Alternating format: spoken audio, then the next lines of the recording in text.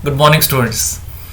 In the previous lecture, we started new topic and that is elasticity of demand. Last lecture में हमने elasticity of demand ये नया topic शुरू किए थे, जिसमें हमने elasticity of demand की मीनिंग देखे थे. साथ में ही हमने उसके जो तीन टाइप्स हैं, price elasticity of demand, income elasticity of demand and cross elasticity of demand, इसकी जो मीनिंग है वो मीनिंग हमने डिस्कस किए थे. आज के लेक्चर में हम उसका जो प्राइस इलास्टिसिटी ऑफ डिमांड एक टाइप है, वो टाइप को हमको डिस्कस करना है आज के लेक्चर में. तो सबसे पहले हम देखेंगे कि अभी तक जो हमने टॉपिक डिस्कस किया इलास्टिसिटी ऑफ डिमांड, इसका शॉर्ट में रिकैप देखेंगे और बाद में हमने जो नया टॉपिक शुरू करना है प्राइस इलास्टिसिटी ऑफ डिमांड, वो हम डिटेल में शुरू करेंगे. तो सबसे पहले हमने इलास्टिसिटी ऑफ डिमांड, इसकी मीनिंग हमने क्या देखा था कि जिस प्रकार से इलास्टिक या रबर होता है, एक्सपांड होता है और कॉन्ट्रैक्ट होता है, ठीक है, उसी को हम क्या कहते हैं, सेंसिटिविटी ऑफ डिमांड. ठीक है, डिमांड सेंसिटिव मतलब क्या, डिमांड एक्सपांड होती है और कॉन्ट्रैक्ट होती है. अब वो क्यों होती है, कुछ वेरिएबल में चेंजेस होने की वजह से डिमांड एक्सपांड होती है या कॉन्ट्रैक्ट होती है. तो उसकी जो एक्सपांड होना, कॉन्ट्रैक्ट होना, उसी को कहते हैं रिस्पॉन्सिवनेस और सेंसिटिविटी. तो उस रिस्पॉन्सिवनेस और सेंसिटिविटी जो होती है डिमांड में, उसी को कहते हैं इलास्टिसिटी ऑफ डिमांड, उसी को कहते हैं इलास्टिसिटी ऑफ डिमांड. अब हमको इसके पहले के लेक्चर में हमने देखा था कि जो इलास्टिसिटी ऑफ डिमांड है उसके तीन प्रकार हैं. एक हमने देखा प्राइस इलास्टिसिटी ऑफ डिमांड, मतलब क्या कि डिमांड में एक्सपांशन मतलब डिमांड बढ़ना, कॉन्ट्रैक्शन मतलब डिमांड कम होना. तो ये डिमांड की जो सेंसिटिविटी है, ये सेंसिटिविटी अगर प्राइस में चेंजेस करने की वजह से हो रही होगी, मतलब प्राइस कम करो तो डिमांड बढ़ रही है, या प्राइस कम करो डिमांड बढ़ रही है, ठीक है, मतलब प्राइस की वजह से डिमांड पर अगर असर हो रहा होगा तो उस इलास्टिसिटी को कहेंगे प्राइस इलास्टिसिटी ऑफ डिमांड. अगर लोगों की इनकम की वजह से डिमांड कम ज्यादा हो रही होगी, मतलब लोगों की इनकम बढ़ा दो तो डिमांड बढ़ जाती है, इनकम अगर कम हो जाए तो डिमांड भी कम हो जाती है. तो इस प्रकार की अगर डिमांड की रिस्पॉन्सिवनेस या सेंसिटिविटी होगी तो उस सेंसिटिविटी को कहते हैं इनकम इलास्टिसिटी ऑफ डिमांड. अगर रिलेटेड गुड्स, एक की प्राइस का दूसरे की एक कमोडिटी की प्राइस का दूसरे कमोडिटी की डिमांड पर अगर फर्क पड़ रहा होगा, असर हो रहा होगा, तो उस प्रकार की इलास्टिसिटी को कहते हैं क्रॉस इलास्टिसिटी ऑफ डिमांड. तीनों में कॉमन चीज क्या है कि डिमांड पर असर हो रहा है, मतलब डिमांड एक्सपांड हो रही है या कॉन्ट्रैक्ट हो रही है. क्यों हो रही है, किसी वेरिएबल में चेंज होने की वजह से. इन तीन में से कोई भी एक वेरिएबल में चेंज होगा और उसकी वजह से डिमांड पर असर हो रहा होगा. तो प्राइस की वजह से अगर हो रहा होगा तो उसको कहेंगे प्राइस इलास्टिसिटी ऑफ डिमांड. लोगों की इनकम की वजह से अगर डिमांड चेंज हो रही होगी तो उसको कहेंगे इनकम इलास्टिसिटी ऑफ डिमांड. अगर सब्स्टिट्यूट गुड्स या कॉम्प्लीमेंट्री गुड्स, जिसको हम कहते हैं रिलेटेड गुड्स, उसकी प्राइस दूसरे की प्राइस का किसी दूसरे कमोडिटी की डिमांड पर अगर असर हो रहा होगा तो उसको कहते हैं क्रॉस इलास्टिसिटी ऑफ डिमांड. तो इसका जो पहला है प्राइस इलास्टिसिटी ऑफ डिमांड, हम डिटेल में डिस्कस करेंगे कि प्राइस इलास्टिसिटी ऑफ डिमांड क्या है. तो बेसिकली ये इलास्टिसिटी ऑफ डिमांड जो बड़ा टॉपिक है, उसी का एक टाइप है प्राइस इलास्टिसिटी ऑफ डिमांड. बहुत सारे बुक्स में या बहुत सारे नोट्स में आपको प्राइस इलास्टिसिटी ऑफ डिमांड और इलास्टिसिटी ऑफ डिमांड, ये दोनों को एक ही मानते हैं, बट दोनों अलग है. इलास्टिसिटी ऑफ डिमांड एक बड़ा कंसेप्ट है जिसके अंदर में एक टाइप है प्राइस इलास्टिसिटी ऑफ डिमांड. तो हम सबको स्टूडेंट्स, आप सभी को ध्यान में रखना है कि दोनों अलग अलग है. So we are studying price elasticity of demand which is a type of elasticity of demand. अब ये क्या है price elasticity of demand? Price elasticity of demand can be defined as the responsiveness or sensitivity of demand due to change in price. मतलब price की वजह से अगर demand पर इफेक्ट हो रहा है, डिमांड सेंसिटिव हो रही है, तो उस सेंसिटिविटी को कहते हैं प्राइस इलास्टिसिटी ऑफ डिमांड. मतलब क्या कि प्राइस कम करो डिमांड बढ़ जाती है, प्राइस बढ़ाओ डिमांड कम हो जाती है. तो प्राइस की वजह से डिमांड पर अगर इफेक्ट हो रहा है तो उस इफेक्ट को ही कहते हैं प्राइस इलास्टिसिटी ऑफ डिमांड. मतलब डिमांड एक्सपांड हो रही है, क्यों, क्योंकि प्राइस कम हो गई है. डिमांड कॉन्ट्रैक्ट हो रही है, मतलब कम हो रही है, क्यों, क्योंकि प्राइस बढ़ गई है. तो इस प्रकार की जो सेंसिटिविटी है प्राइस की, डिमांड की, वो अगर प्राइस की वजह से हो रही होगी तो उसको कहते हैं प्राइस इलास्टिसिटी ऑफ डिमांड। अब इसको हम कैलकुलेट कैसे करते हैं, तो जस्ट हमने शुरुआत में एक देखा था कॉज इफेक्ट का एक फॉर्मूला देखा था कि ऑलवेज कोई भी इफेक्ट इलास्टिसिटी जब हम निकालते हैं तो इफेक्ट अपॉन कॉज इस इक्वेशन से ही हम निकालते हैं। तो जो प्राइस इलास्टिसिटी ऑफ डिमांड है वो इलास्टिसिटी ऑफ डिमांड का ही एक टाइप है, तो फॉर्मूला वही रहेगा। यहाँ पर जो इफेक्ट है, इफेक्ट एंड कॉज, वही हमको यहाँ पे देखना है। तो परसेंटेज इन प्राइस, जो परसेंटेज चेंज हो रहा है प्राइस में, वो कॉज है। कॉज मतलब कारण, इस कारण से डिमांड पर फर्क पड़ रहा है। So percentage change in price is the cause and percentage change in quantity demanded is the effect, मतलब रिजल्ट या असर। तो किस कारण से क्या हो रहा है, प्राइस में चेंज करने की वजह से डिमांड पर असर हो रहा है। तो कॉज क्या हो गया, कारण क्या हो गया, percentage change in price. Price पहले कम होगी और उस कम करने की वजह से क्या रिजल्ट होगा, क्या इफेक्ट होगा कि क्वांटिटी डिमांडेड पे उसका असर हो जाएगा। मतलब क्या, प्राइस कम हो गई अगर, तो ये कारण हो गया, और उस कारण से क्या इफेक्ट होगा कि क्वांटिटी डिमांडेड क्या हो जाएगी, बढ़ जाएगी।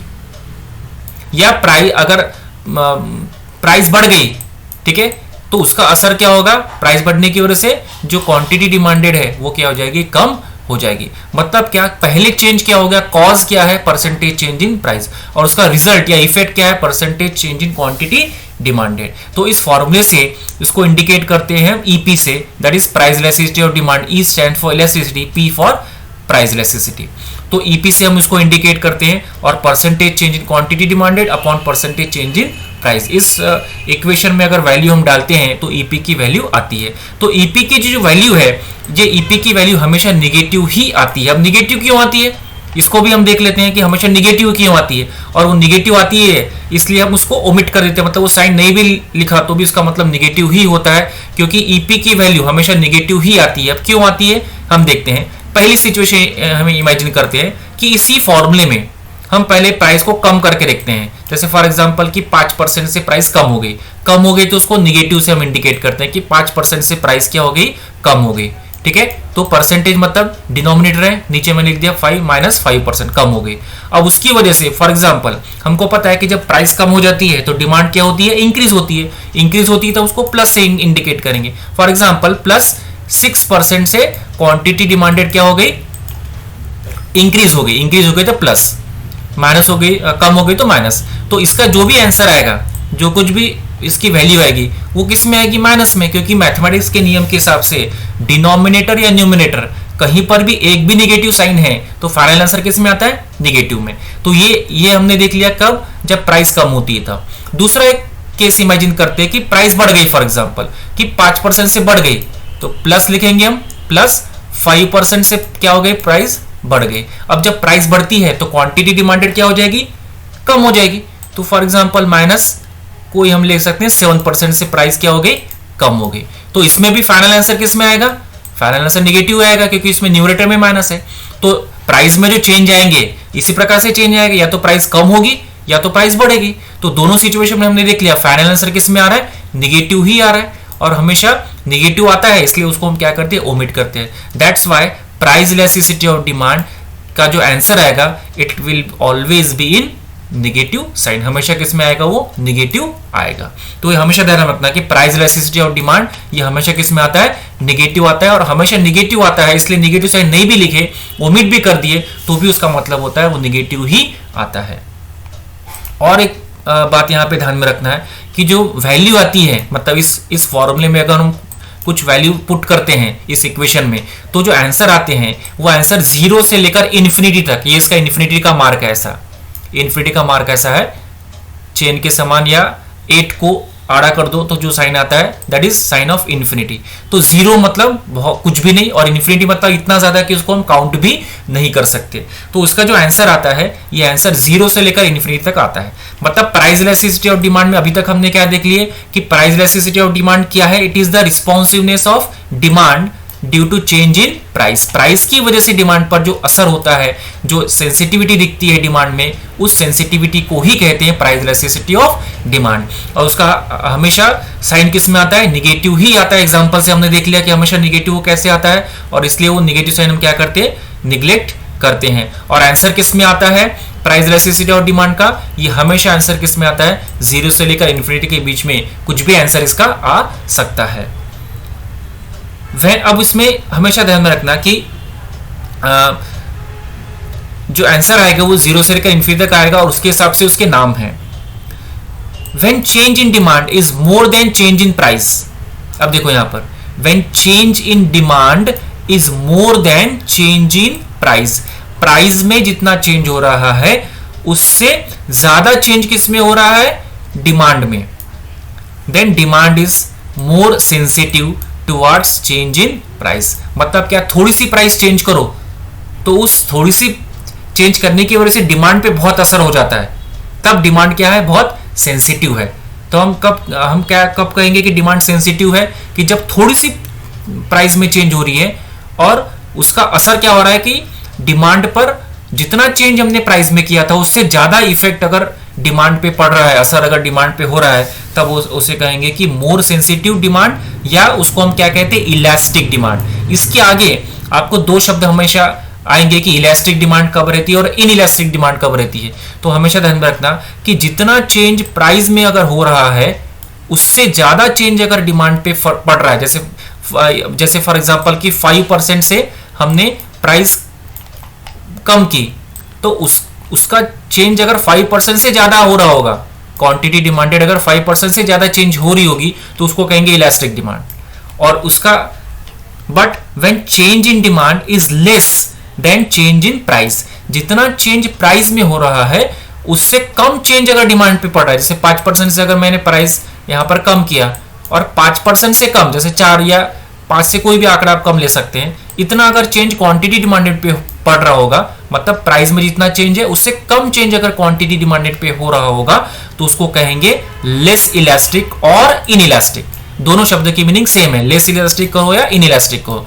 मतलब क्या कि डिमांड ज्यादा सेंसिटिव नहीं है, डिमांड पर ज्यादा फर्क नहीं पड़ रहा है।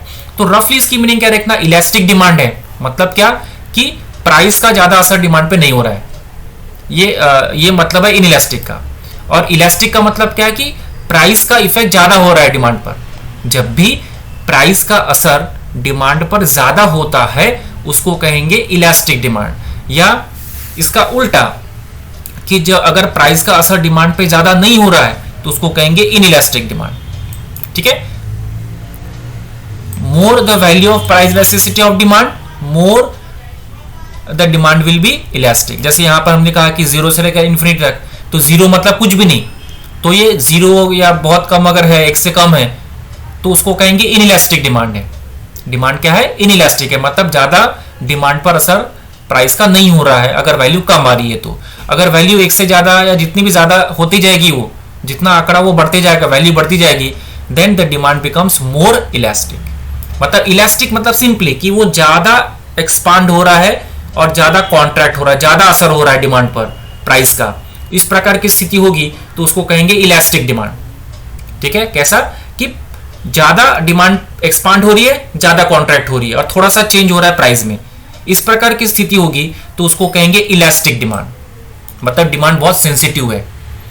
उसका उल्टा कि बहुत चेंज कर दिया प्राइस में और बहुत ही कम इफेक्ट हो रहा है डिमांड पर, या जितना चेंज हमने प्राइस में किए उससे कम असर हो रहा है डिमांड पर, इस प्रकार की स्थिति होगी तो उसको कहेंगे लेस इलास्टिक या इनइलास्टिक डिमांड। जहां पर प्राइस का असर डिमांड पर नहीं होता या बहुत कम होता है उसको कहेंगे लेस इलास्टिक डिमांड।